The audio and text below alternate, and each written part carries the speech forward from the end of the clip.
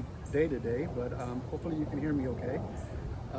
As you saw in the brief introduction, my front and backyard gardens, I've enjoyed working on them during the whole COVID experience, but also throughout the years as I've established every section of my garden into a particular theme.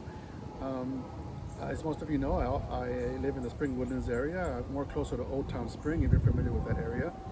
But I'm glad that you're able to join me today, and hopefully you'll enjoy the experience. And I'll answer any questions that you may have at the end of the session. So let's start off with the having the potter's bench. I've always enjoyed having a bench to work from whenever I'm gardening. So I installed the sink in this one recently, and so I have all my tools, my gardening tools. If I find seedlings, I usually store them over here in my little dishes. Um, so I have everything that I need up here for my front yard gardening, minus some pots that I need to get from the back. In creating my front garden design, I went ahead and the first section that I made was this memorial garden here to honor our pets. We've had chickens that passed away, we've had some fish, we've had some puppies, and so this little section here was one of the very first sections that I made as far as a memorial garden wise. Then just recently last year, I wanted a rose garden, so I had this idea of creating a circle, which hence called Rose Circle, and that's where the rose garden came to be. This particular session is drier than most of the other piece of the grounds here, so I have decided to plant cacti in this section, and so they're more drought tolerant, of course, and some of them are even hardy where they won't freeze. So really love this little section that I created here. Over here on this side, I have what you call elephant run, which of course are elephant ears. And those get really tall, about 6 to 8 feet. So looking forward for the summer when these start to grow really high. This particular session is called Amaryllis Way. I did this section here for Ryan. Ryan has a fascination with this particular type of flower, and so he's bought several throughout the years, and I've planted them here for him and keep it fertilized, and they bloom constantly, and the bloom time lasts quite a while. And so it's easy to grow seedlings from this as well. Absolutely love this particular section of my garden. So when I turn the corner and go towards my backyard, I added this table here. It's an antique table. I believe I bought this at a gardening center. It's a couple hundred years old. But everybody stops and asks us about this laptop that has the succulents in it. I took the insides out and I made a little section there for the succulents to live in. Absolutely love it. Let's go ahead and head to the back.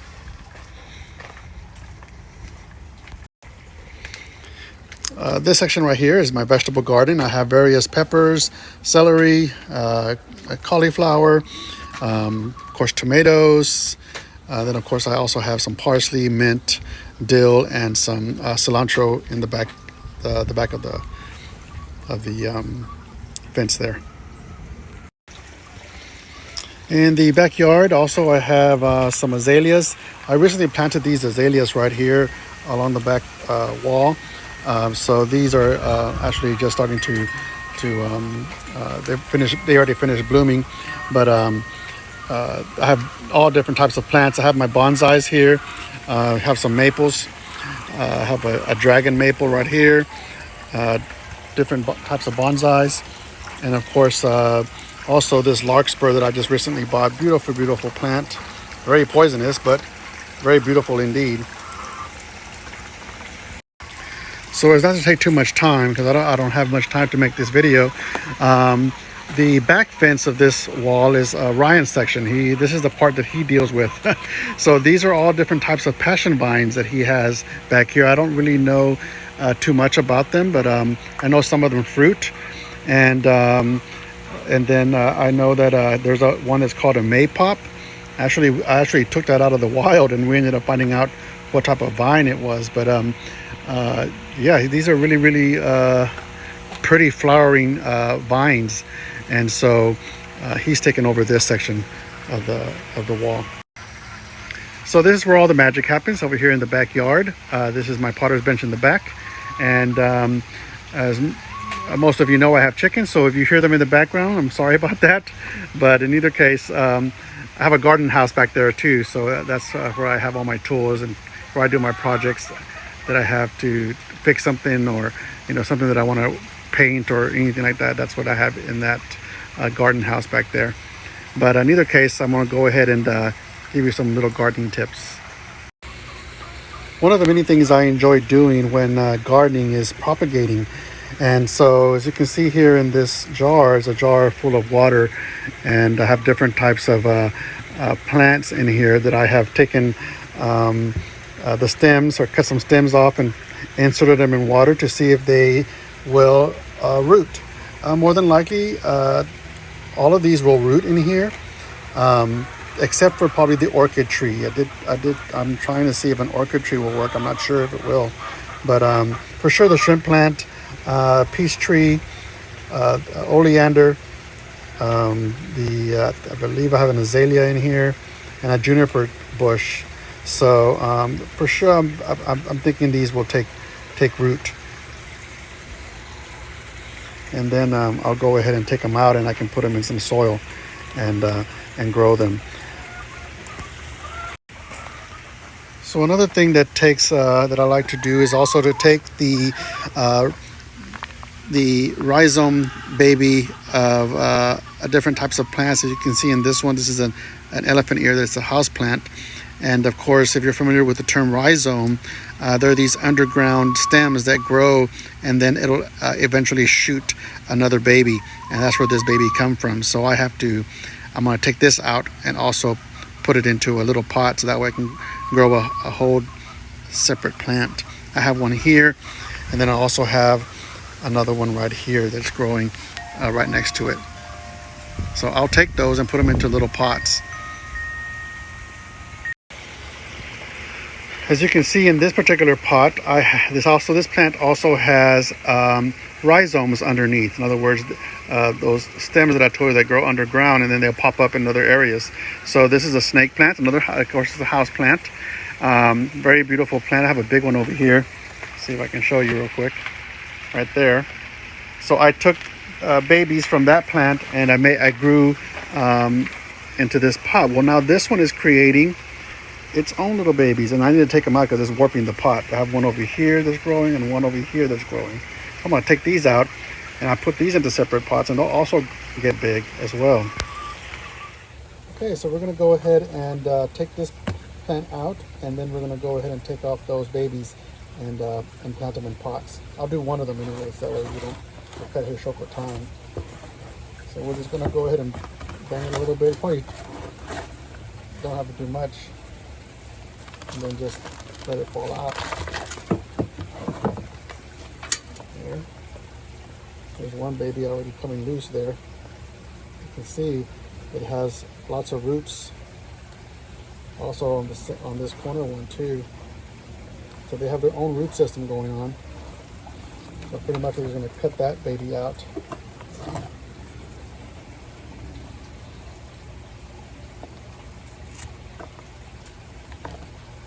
As you can see, I cut the stem there. Then I'll go ahead and let's get this one out of the way. Okay. And we'll go ahead and put it in this pot like so. I have it already half filled with soil, so what I'm going to do is I'm going to put it in here. Then I'm going to fill it with some of the dirt that fell from the pot.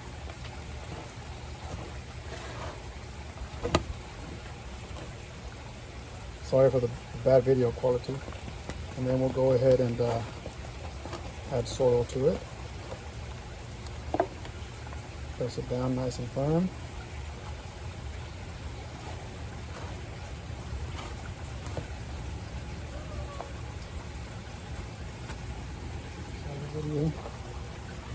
So we're pressing it down firmly.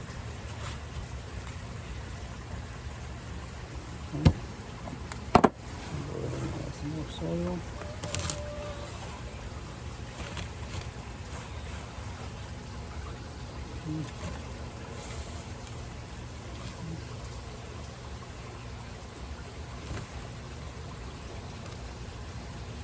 And then we're going to go ahead and sprinkle some fertilizer.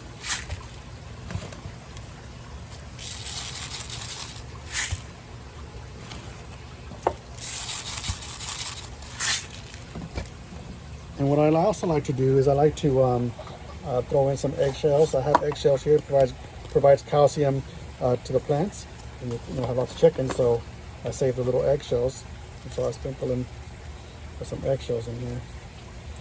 And then I kind of, also just mix the dirt up a little bit in here.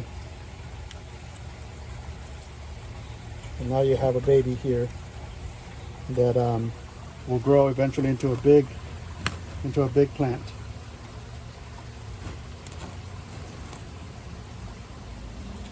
A lot of these plants, sometimes I give them to neighbors or to my mom, and friends or anybody that wants a plant. So one of the things I forgot to mention was that after you do the planting, transplanting, go ahead and make sure you water each of the plants. Here's Mama back in her pot, and eventually she'll probably make babies again. It's a cycle. Just make sure that they're really well watered, as they have to produce more roots. So that's how you take the rhizome baby and put them into separate little pots. So we're going to take a little trip to the back part of the house over here to the side, where I have a little nursery of trees that I'm growing. So I have different trees that I'm growing here. I have some maples, a Chinese tallows, a mulberry tree, and then I also have a few more trees over here. I'm growing these trees for my dad to put on his property. So I need to transplant some of these trees because they're the pots, they've already outgrown their pots. So I want to go ahead and transplant this maple that I got here, and I'll show you how to do that, and then we'll call it a day. So whenever you're transplanting, whether it be in the ground or into a bigger sized pot, you always want to make sure that the hole is bigger than the pot, at least an inch and a half or 2 inches bigger than the size of the pot, the circumference. So I'm going to go ahead and push this out. As I said, it's already outgrown its pot, so it's already nice and rooted through. You can see the bottom already has roots hanging there. So this tree is ready. This is a beautiful maple. These maples grow really, really huge, at least 40 feet tall or so. So this is a little seedling that I grew in this pot. And so we're going to put it into a bigger pot. Like so, okay? And I already have dirt inside there already. So we're going to remove some of this dirt because there's too much dirt in here. So we don't want this to be level. We want to make sure that it's down a little bit. So we want to make sure it's down a little bit. So we're going to go ahead and put some of the dirt, take some of the dirt out and put it into this other pot that I took the tree out of.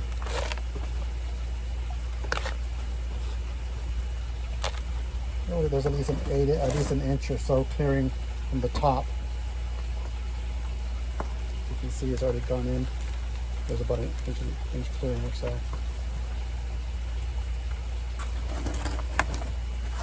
You may have to play with it and add a little bit more dirt depending on how much you take out of this, the body of this rooting system. So we're going to break apart the dirt here. I'm going to loosen it up. Some of these, you don't want to tear apart the roots, but you kind of want to loosen up some of the dirt. That way the roots will be able to move about once it's in the ground or in the pot.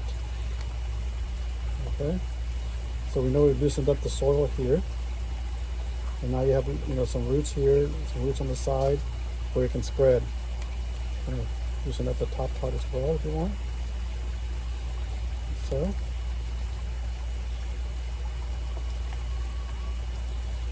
Then we'll go ahead, you kind of want to make sure you hold it together. You don't want it all to fall apart, so. Then we'll place it in the pot here. So, you can see, there's about at least 1.5 inches here all around.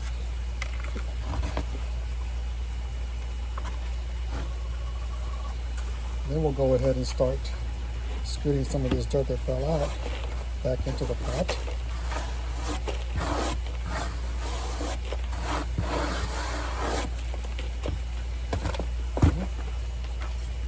This tree will grow really big in this pot, so we'll spend most of its time in here until eventually it gets a good enough size that I can take it to my dad.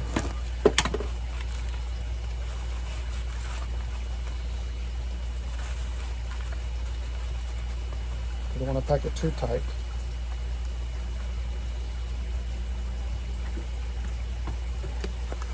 Soil.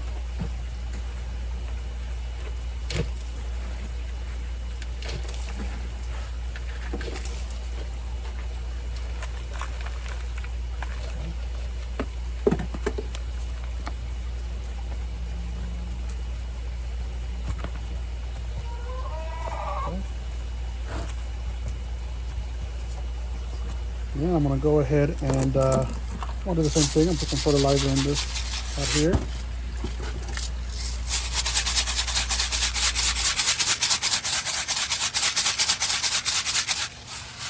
Okay.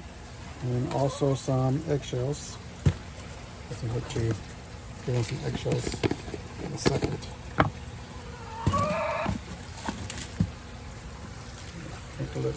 Sorry for the camera angles and stuff, but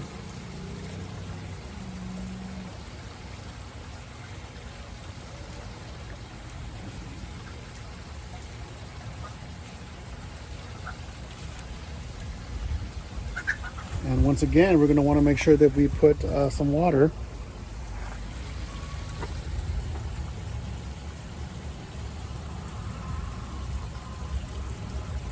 in this little guy. Will be happy all summer long growing in this pot. It'll get a really good size. So that's how you transplant from one small pot to a bigger pot, or if you wanted to place it in the ground. Behind my potter's bench I have a shelf that I made. That's where I have all my different sizes of pots that I use for gardening. I wanted to share some the tools that I use here in my gardening that are perfect for the enthusiast or whoever is interested in learning more about gardening. Really must-haves is this Moist pH Light. It's a 3-way meter, and you can actually insert it into the pot or plant, and if it's too wet or if it's too dry, it lets you know, and the needle moves up and down, and good way of helping you not to overwater or underwater your plants. Also, I love to use this right here. This is a Miracle-Gro sprayer. Hook it up to the hose and just install the liquid feed, and great fertilizer. I use it for my vegetable garden, so highly recommend this. You have the different settings on the head, and then you also have whether you want just water by itself or if you want feed. So you just shake the bottle real good, and then you insert it in here, and screw this and screw that in, and then attach your hose, and it'll just lock when you start spraying. It'll lock when you start spraying, and then to unlock it. So, then also have 2 different types of shears. You have a bending head shear, and you have the scissor type of shear. Also perfect. These are perfect for pruning and cutting. So this is rather old right here. Probably get a new one, but definitely use these quite often. And then also these various of stakes. They're great for like if you're growing some peppers, and some of the plants are top heavy. You insert the stalk through here, and it has a little opening there, so that way you can just simply slide it into the stalk, and then you'll just go down, and as you're going down, you're burying it into the ground, and it helps stabilize the plant. And you can actually, as the plant grows, you can actually move it up and up. They have different sizes. They have this small one, and they have a more medium-sized one right here. See if I can move back a little bit. And they have an extra large one. So these are also great if you have a vegetable garden, and yeah, some stalks that are a little bit top heavy. Peppers, especially like bell peppers and jalapeno peppers, and other plants of that sort. Just finished feeding the koi. I'll give them another scoop here. They're really hungry. They call them the pig of the sea because they will not stop eating. They will just eat and eat and eat. As you can tell, I have a huge one right here, yellow diamond. All the koi have names. Just thought we'd take a little break from the gardening tips before we close out for the day. Well, that's my video. Thank you so much for watching. I hope you enjoyed my backyard, the front yard, and the little gardening tips that I had. I kind of wanted to like talk more and more, but it's just too hard to do so in such a little time. But if you have any questions, I'll be more than happy to answer them. If not, enjoy the rest of your day. Thank you.